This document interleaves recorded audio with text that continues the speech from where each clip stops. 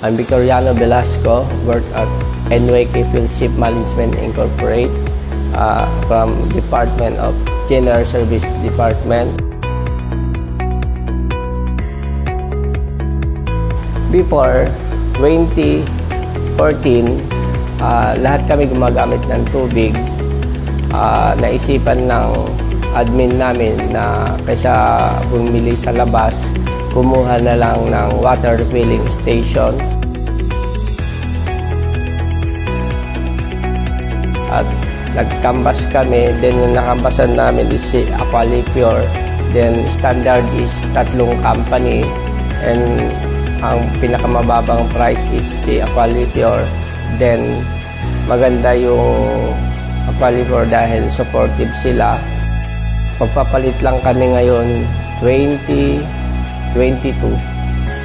Trinasis namin ng 2022, ngayon nag-materialize ng 2023, kaya sila pa rin kinuha namin dahil maganda yung performance nila.